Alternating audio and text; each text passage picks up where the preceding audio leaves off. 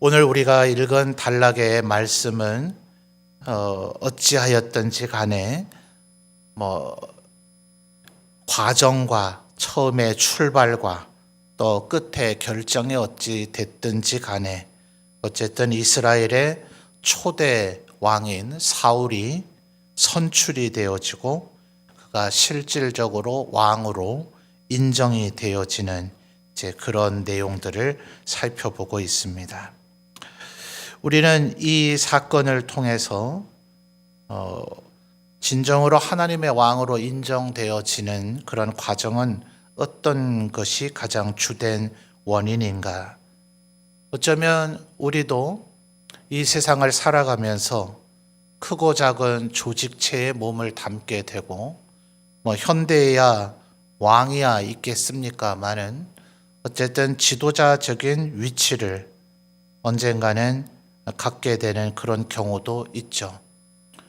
너무 일찍 서둘러서 그런 길을 갔다가 또 스스로 허물어지는 이도 있는가 하면 또 어떤 이는 아무리 대기만성이라 한다 할지라도 아주 늦은 시점까지 결국은 최종적 리더가 되지 못한 채 그의 생애를 마치는 이들도 있을 수 있을 것입니다. 그의 지위가 어떠하든지 간에 우리가 하나님의 백성이라면 어떻게 그 역할을 감당해야 되는가?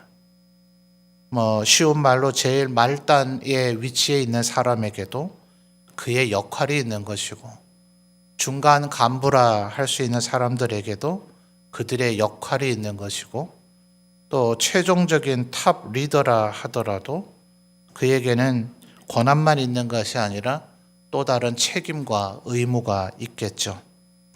그러니 가정에서든 사회에서든 사적인 공동체든 어떤 공적인 위치에서든 우리는 어느 위치에 있든지 간에 의무와 책임 그리고 권한 같은 것들이 우리에게 주어지게 되는데, 그럴 때에 우리는 어떤 것을 가장 중요하게 여겨야 될 것인가? 자, 오늘 먼저 10장 17절에서부터 21절 어간까지를 보면 결국 그토록 원했던 왕이 하나님에 의해서 선출이 되어집니다. 정확한 도구까지 얘기가 되어지고 있지는 않지만 20절, 21절에 계속해서 뽑혔다라고 하는 표현을 쓰는 것을 볼 때 이것은 아마도 제사장의 흉배 속에 보관하도록 되어져 있는 우림과 둠밈을 통한 제비 뽑기였을 것이다 라고 신학자들은 그렇게 이야기를 합니다. 그것은 의심의 여지가 없이 하나님의 뜻을 드러내 보여주는 방법이었습니다. 그들이 하나님 앞에 왕을 세워주기를 요구했고, 그리고 하나님에 의해서 이제 그것이 실행에 옮겨졌으니 이들은 이견의 여지가 없이 그것을 받아들여야 맞겠죠. 그러나 21절 하반절을 보면 기스의 아들 사울이 그다음 뭐라고 얘기하죠? 뽑혔으나 그를 찾아도 찾지 못했다. 분명히 이 자리에 있어야 되는 거죠. 분명히 17절을 보시면 사무엘이 온 백성을 미스바로 불렀죠. 이 모임은 일반적인 모임이 아니라 그들 스스로가 잘 알고 있는 대로 왕을 선출하기 위한 모임입니다. 이 자리에 오지조차 않은 사람은 사실은 책임이 없는 사람이죠. 그래서 원리대로 이것이 바로 이제 만국 공통 통상회의법이다 그러죠. 어느 회의체든지 무언가 선출을 한다면 그 자리에 없는 사람은 그것만으로 이미 자격이 없는 겁니다. 그게 원래 상식이죠. 지금 22절을 보면 그들이 심각해하는 것이 아니라 굉장히 기뻐하는 듯한 어감이 느껴지지 않습니까?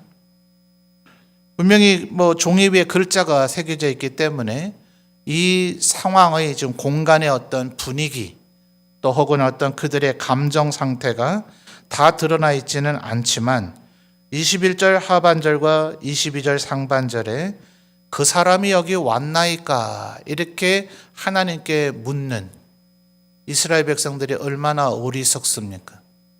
하나님의 이 제비뽑이 뽑게 하심이 그렇게 허튼 방법이겠습니까? 뽑았는데 그 사람이 없다. 그럴 정도로 어설프게 행하실 하나님이 아니시죠. 그러니 하나님에 대해서 조금이라도 알고 그를 경외하며 그에 대한 두려움이 있는 사람이라면 22절 상반절과 같은 이런 질문은 할 수가 없죠. 이 질문 속에 담겨 있는 뜻은 하나님이 뽑으신 그 사람이 마음에 안 든다는 거예요. 21절 하반절에 뽑았으나 그를 찾아도 찾지 못한지라. 바로 하나님, 그 사람은 어디 있습니까? 여기 온 게 맞습니까? 여기 안 온 거죠? 라고 바로 묻지는 않았겠죠. 뽑혔으나 그를 찾아도 찾지 못한지라. 분명히 찾았어요. 시간이 얼마 걸렸는지는 모르지만 분명히 샅샅이 뒤졌을 겁니다. 어디를 보아도 미스바로 모인 이스라엘의 장정들, 각 가문의 대표들, 그들이 다 모인 그 자리에 사울은 없었다고 보여지기 때문에 그들은 신이 나서 하나님께 물었습니다. 그가 여기에 온 것이 맞습니까? 왜요? 무효가 되기를 바라는 거죠. 왜냐하면 그는 20절과 21절에서 소개하는 것처럼 베냐민 지파의 후예였기 때문에 그렇습니다. 루벤 지파가 언제나 우두머리고 베냐민 지파는 언제나 막내다. 그런 등식이 성립하지는 않습니다. 그러나 전에도 말씀드렸듯이 어느 나라, 어느 종족, 어느 부족이든지 우리가 맏아들의 후손인 집안이다. 너희는 막내 작은 집의 후손이 아니냐 하는 그 집안 간의 이런 알력 다툼은 어디에나 있습니다. 조선 왕실도 마찬가지고 몽골 제국도 그것은 굉장히 나라의 국운을 힘들게 할 정도의 그런 갈등이 일어나기도 했었습니다. 그러니 지금 베냐민 지파가 뽑힌 게 마음이 안 드는 거죠. 더더군다나 말씀드렸듯이 사사기 끝부분의 사건을 보면 베냐민 지파는 흉악한 범죄를 저질렀고 그로 인해서 이스라엘의 내전이 벌어졌기 때문에 사사기 끝자락 사건 때 베냐민 지파는 남자 600명만 남고 다 살해를 당했던 상태입니다. 그로부터 물론 시간이 좀 흘렀기 때문에 베냐민 지파의 장정의 숫자가 늘어나기는 했겠지만 제일 극소수의 집안, 또 서열상 제일 끝자락에 있는 집안, 사울도 스스로 말하기를 나는 베냐민 지파 안에서도 한미한 집안에 속해 있다라고 하는 이 집안의 사울이 이스라엘을 끌어갈 수 있으리라는 것은 누가 봐도 믿을 수가 없는 일입니다. 그러니까 하나님에 의해서 뽑혔다. 정당한 행위죠. 분명히 정당한 하나님의 선택이고 선출 과정에 법적인 아무런 문제가 없습니다. 그런데도 불구하고 27절을 보시면 어떤 불량배는 이 사람이 어떻게 우리를 구원하겠느냐 하면서 멸시했다. 선출된 사울 왕을 멸시하고 예물을 바치지 않았다고 기록하고 있습니다. 그러니 여러분, 예를 들어 내가 목사로 안수를 받았다. 내가 무슨 직분의 임직을 받았다.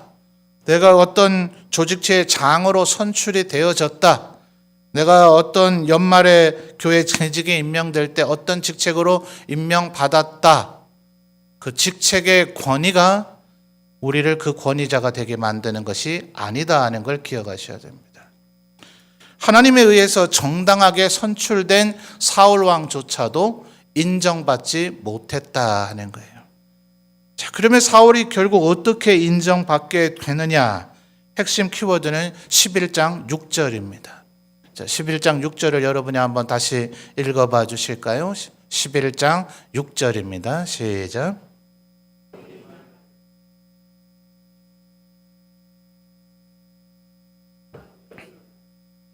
자, 6절이 일어나게 되는 앞에 상황은 이렇습니다. 요단강 동쪽에 루벤 그리고 갓, 므낫세의 절반 지파가 그곳에 영토를 가지고 있었죠. 사실 여호수아와 모세가 이끌고 있던 이스라엘 백성들이 모압, 암몬, 에돔 이 세 종족은 이스라엘과 친척지간인 종족이라서 하나님께서는 그들을 선제 공격하는 걸 금하셨습니다. 그래서 그들의 땅을 우회해서 돌아오려다 보니 요단강으로 접근하게 되어지는 팔레스타인 중부 동해안 동부 지역으로 접근할 수밖에 없었죠.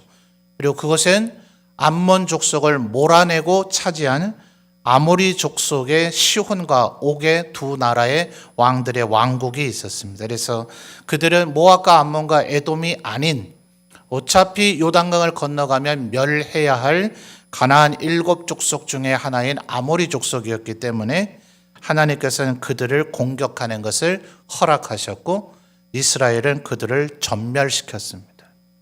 그런데 그 땅은 원래는 아모리 족속이 와서 빼앗기 전에는 암몬 족속이 털을 잡고 살고 있던 곳이었습니다. 그래서 지금 암몬 족속이 시비를 거는 이유가 바로 거기에 있습니다.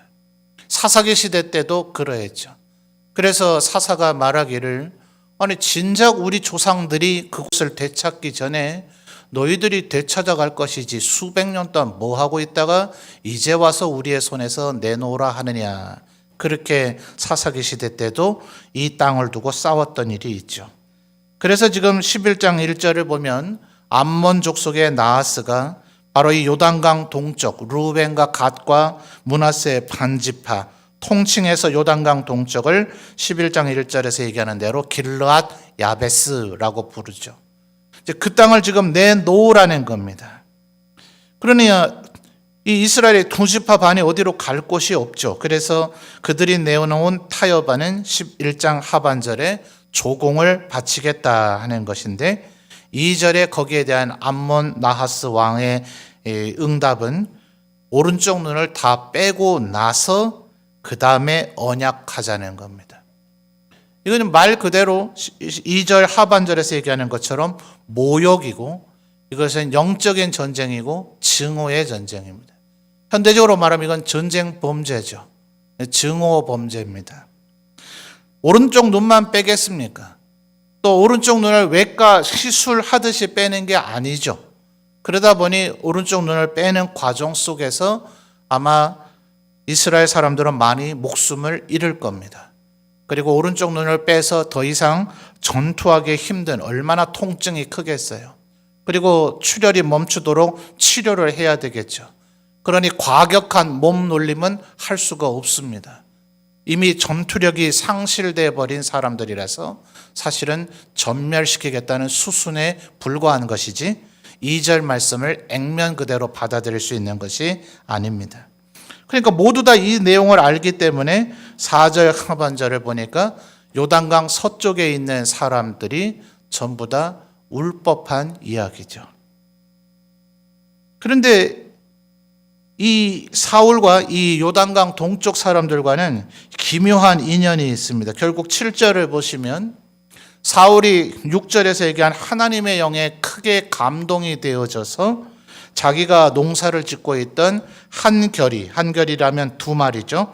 두 마리의 소를 잡아서 각을 떠서 이스라엘 전역으로 보냈습니다. 그러면서 7절 중반절을 보면 전쟁으로 지금 군대를 소집하는데 이 소집령에 응하지 않으면 이 소들처럼 하겠다. 아마 가죽도 벗기지 않았을 겁니다. 내장이 붙어 있는 채로 보냈을 거예요. 지금 정육 세트, 안심, 등심, 고기를 보내는 상황이 아니죠.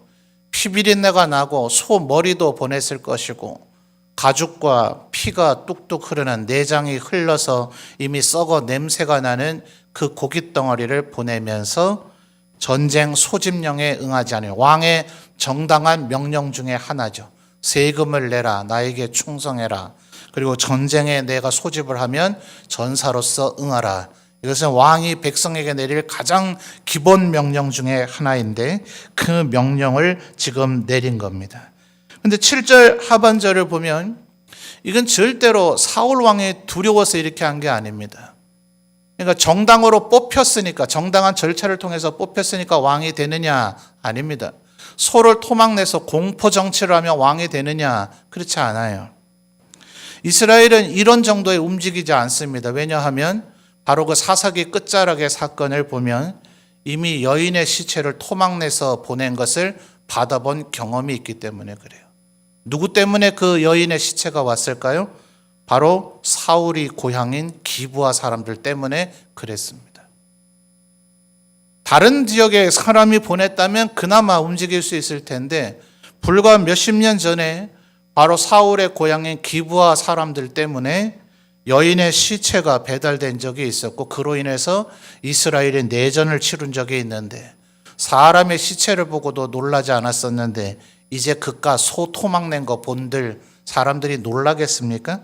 그러니까 7절 하반절에 보시면 여호와의 두려움이에요. 여러분 강 건너 불구경이라 그러죠. 어차피 지금 요단강 동쪽입니다. 그리고 이들은 바로 이 기브아 족속을 징벌할 이스라엘 내전이 사사기에 벌어졌을 때 요단강 동쪽은 군대를 보내지 않았었습니다. 지금 이 요단강 동쪽 사람들의 이 도움에 응해줘야 할 아무런 이유가 없는 거예요. 물론 분명히 4절 하반절에서 얘기하는 것처럼 온 이스라엘이 슬퍼할 만한 일이기는 하지만 요단강 동쪽이 길르앗 야베스 사람들이 이스라엘 국가 전체가 고민해야 될 일에 그들이 헌신하지 않고 도움을 주지 않았었기 때문에 그들을 돕지 않아도 아무도 말할 이유가 없죠. 또 더군다나 말 그대로 강 건너 불구경이라 요단강 동쪽이 불바다가 된다 한들 요단강만 강동만 잘 지키면 이 요단강 서쪽에 있는 9지파반에게는 아무런 피해가 올 이유가 없는 거죠. 그런데 사울은 이들을 위한 구원의 손길을 펼쳤습니다. 왜 그래요? 6절에서 얘기한 하나님의 영이 그에게 임했기 때문에 그렇습니다. 여러분 이것이 바로 7절에서 얘기하는 여호와의 두려움이 임하게 되는 일입니다.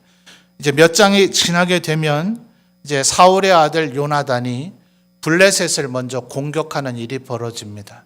이제 다윗 왕이 골리앗과 싸우기 전에 있었던 일인데 단 2명, 요나단과 그의 무기를 든 자 단 2명만이 블레셋 진영을 향해 쳐들어갈 때에 하나님께서 블레셋 사람들에게 큰 떨림을 주셨다. 그때 한번 다시 살펴보겠습니다만 성경이 그렇게 기록하고 있어요. 여러분 성경을 보면 하나님의 백성들과 이방인들이 싸우게 될 때 귀한 것은 이스라엘 군대가 직접 전투를 해서 이긴 전쟁은 별로 없습니다. 하나님께서 지진을 일으키시든지 우박을 내리시든지 아니면 그들 스스로가 아군끼리 싸웁니다. 우리 지금 3년째 아직은 끝자락이라 하지만 3년째 전 세계적인 전염병인 코로나를 알고 있죠. 이걸 가리켜서 이제 팬데믹 현상이라 그러잖아요. 근데 각 사람에게서는 이런 두려움이 극에 달하게 된 상태를 의학적 또 심리학적 용어로 패닉 상태라 그래요. 공포심이 극에 달하게 되면 아무도 믿을 수 없습니다. 자기 배우자, 아내든 남편이든 부모든 자식이든 형제든 아니면 평생을 전쟁터를 함께 누볐던 전우든 두려움은 의심과 함께 융합이 됩니다. 그럼 내 옆에 있는 그 전우가 언제 나를 죽일지 모른다는 두려움에 극에 달하게 되면 어떻게 해야 살까요? 내가 먼저 죽여야 살아남습니다. 그러니까 지금 수십만 명이 되는 아군이 나와 함께 있어서 그 아군들의 진지 속에 있는 게 얼마나 안전해요. 그런데 이 패닉이 그의 마음에 임하게 되면 극도의 공포심과 의심과 증오심이 합쳐져서 내 눈에 움직이는 모든 것은 일단 죽여야 내가 살아남을 수 있다는 정신적 착란 상태에 빠집니다. 이게 지금 7절에서 얘기하는 여호와의 두려움이에요. 하나님께서 대적들에게 이 두려움이 임하게 하면 그들 스스로가 그렇게 무너져 버립니다. 이 사사기 시대뿐만 아니라 사무엘 이 시대, 열왕기, 역대기 시대를 보면 이와 같은 하나님의 두려움, 요 단어를 사용해서 이방인들이 무너진 일들이 얼마나 많은지 모릅니다. 바로 그 똑같은 두려움이 이스라엘 백성들에게 임할 때 그들이 하나님의 세우신 왕 사울에게 복종하게 되는 겁니다. 그러니까 여러분 8절 말씀을 보시면 이것은 사사기 400년 동안에 그 어떤 사사도 모아내지 못한 인원입니다. 오직 모세와 여호수아 때야 60만 전체가 이제 가나안 땅을 정벌해야 되기 때문에 그들이 함께 움직였지만 그 이후에 사사 시대에는 하나님께서 기껏 3만 2천 명 모였지만 그들이 두려워하는 자 또 하나님의 시험에 불합격된 자 다 돌려보내고 오직 기드온에겐 300명만 허락하셨죠. 그런 식입니다. 사사기 시대에는 기껏해야 1만여 명 정도가 모였을 뿐, 그것도 전투 후에 이제 수습을 하기 위해서 모였지 그 누구도 8절에서 얘기하는 것처럼 무려 33만 명이 모이게 한 것은 여호수아 이후에 처음입니다. 뭐 때문에 이렇게 돼요? 사울은 절대로 이렇게 되지 않습니다. 사울의 인기, 사울의 능력, 사울이 공포심을 조장하면 혹은 사울이 하나님에 의해서 정당하게 뽑혔으니까 아니요. 그렇게 되지 않습니다. 여호와의 두려움이 그들의 마음에 임할 때 그들이 한 사람처럼 7절 하반절에 그렇게 얘기하죠. 여호와의 두려움이 백성에게 임함에 그들이 한 사람같이 나온지라. 연관관계성이 이 6절에 하나님의 영이 크게 감동됨에 그 다음 무슨 단어가 나타납니까? 그의 노라고 하는 단어가 나타나죠. 이 노를 가리켜서 신학자들은 보통 거룩한 분노라고 얘기를 합니다. 우리가 흔히 품는 그런 감정인 개인적인 분노나 증오의 감정이 아니죠. 바로 다윗에게 있었던 분노가 바로 이 분노이고 요나단에게 있었던 분노가 이 분노입니다. 하나님의 이름이 모독을 당하는 건 용납할 수가 없다. 하나님의 나라가 침범당하는 건 용납할 수 없다. 하나님의 백성들이 살육을 당하는 건 절대 참을 수 없다라는 이 분노가 그에게 임했을 때 그것이 하나님으로부터 온 백성에게 임하는 두려움이 되더라 하는 것이죠. 이제 모든 전투가 끝나고 나자 12절에서부터 15절까지를 보면 이제야 우리가 10장 27절에 어떻게 했다 그랬죠? 사울이 정당한 절차와 하나님의 선택에 의해서 왕으로 뽑혔지만 어떤 불량배는 사울 왕을 인정하지 않았습니다. 그때는 아무 소리 안 하던 백성들이 먼 산 구경하듯이 했겠죠. 이제야 사울에게 충성을 다하겠다는 듯이 그 자들을 끌어내서 죽이자라고 얘기합니다. 그런데 사울은 너무나 잘 알고 있죠. 이것은 자신의 힘에 의해서 이렇게 된 것이 아니라 하나님의 두려움이 이스라엘을 구원하시고 이스라엘에게 승리를 주셨다는 것을. 그래서 그는 개인적인 감정에 의해서 보복하지 않습니다. 그래서 13절에 보면 이날에는 사람을 죽이지 못하리니 여호와께서 우리 이스라엘 중에 오늘 구원을 베푸셨기 때문이다 하면서 15절 보면 화목제로 이 모든 것을 마무리합니다. 이게 하나님의 영에 감동된 사람들의 특징입니다. 하나님의 영에 감동되지 않은 사람은 내가 왕이 아니냐, 나에게 복종해라, 나를 존경해라, 내 말을 따르라 이렇게 합니다. 그런데 사울은 그렇게 하지 않았습니다. 그저 솔선수범해서 묵묵히 자기의 일을 감당합니다. 그리고 그 승리를 자신의 영광으로 취하지 않고 하나님께서 주신 은혜라고 하면서 자신을 결례하며 자신에게 멸시를 했던 이들조차도 품어 15절에 화목제를 하나님 앞에 드립니다. 이 화목제는 말 그대로 하나님과 이스라엘 백성의 화목이며 이스라엘 온 백성들 간의 화목입니다. 이럴 때 사울이 진정한 왕으로 인정이 되는 것입니다. 그렇게 되는 것은 결국 6절에 얘기하는 하나님의 영이 그에게 크게 감동했기 때문이죠. 그래서 우리들이 언제나 하나님 앞에 기도하셔야 됩니다. 아마 우리 성도님들 직장에서나 가정에서나 또 교회에서나 어떤 일들을 맡을 때 때로는 너무 부담스러울 때도 있을 것입니다. 우리의 역량이나 능력이 되지 않아서 두려울 때도 있을 것입니다. 동료라고 여겨졌던 이들이 나를 버리고 외면하거나 심지어 멸시를 하거나 상처를 주는 일이 벌어질 때도 있을 것입니다. 그때 우리가 만약 다툼을 일으키거나 갈등을 하거나 또 혹은 화가 나고 서운하고 분노가 일으키니 내가 하나님의 일을 안 하련다 이러면 좋아할 리는 마귀밖에 없습니다. 마귀는 바로 그런 것 때문에 우리를 충동질하는 겁니다. 하나님의 사람은 그때에 인내하고 하나님을 찾는 거죠. 하나님 앞에 엎드리는 거죠. 그러면 하나님의 영이 그에게 임하고 우리 모두에게 임하면 하나님을 두려워하는 경외심, 하나님의 두려움이 우리 모두에게 임하게 됩니다. 우리의 대적들에게 하나님의 두려움이 임하면 그들은 패망할 것이고 우리의 마음에 하나님의 두려움이 임하면 우리는 한 사람같이, 바로 이것이 신약에서 얘기하는 같은 말, 같은 마음, 같은 뜻을 이루게 되는 지경입니다. 그래서 우리 모두 각 사람이 하나님의 일을 한다 할 때는 특히나 더더욱 하나님의 영에 감동되기 위해서, 다른 사람이 어떠냐를 자꾸 따지지 마십시오. 내가 지금 하나님의 영에 감동되어 있는 것이 맞는가? 다윗이 그토록 염원했던 것처럼 하나님의 영, 주의 영을 내게서 거두지 마옵소서. 하나님의 영이 나에게서 떠나신 것은 아닌가? 초창기의 사울은 우리가 본받아야 될 점이 얼마나 많습니까? 우리가 여기서 기억해야 될 것은 사울이 이 태도를 끝까지 유지하지는 못했더라 하는 것. 그가 하나님을 찾는 자들과 함께 있었다면 사울도 선지자 중에 있느냐, 그가 하나님의 말씀을 예언하는 자이더냐 라는 속담이 생겨나지 아니하고 그가 진실로 하나님의 영에 사로잡힌 자가 되었을 터인데 그는 이 초심을 잃어버려서 결국은 악령에 사로잡히는 자가 되어져 버립니다. 우리는 그렇게 되지 않도록 하나님의 영, 주의 성령만이 나를 다스리기를 날마다 꿇어 엎드릴 때 주께서 우리를 높이시고, 그래서 다윗이 어떻게 됩니까? 그의 이름이 명성을 얻게 하셨더라. 나중에 우리가 살펴보겠습니다만 사무엘서는 그렇게 기록하죠. 또 바울 사도가 뭐라고 얘기합니까? 우리는 무명한 자 같지만 유명한 자가 되어진다. 하나님께서 오히려 우리를 높여 주실 것입니다.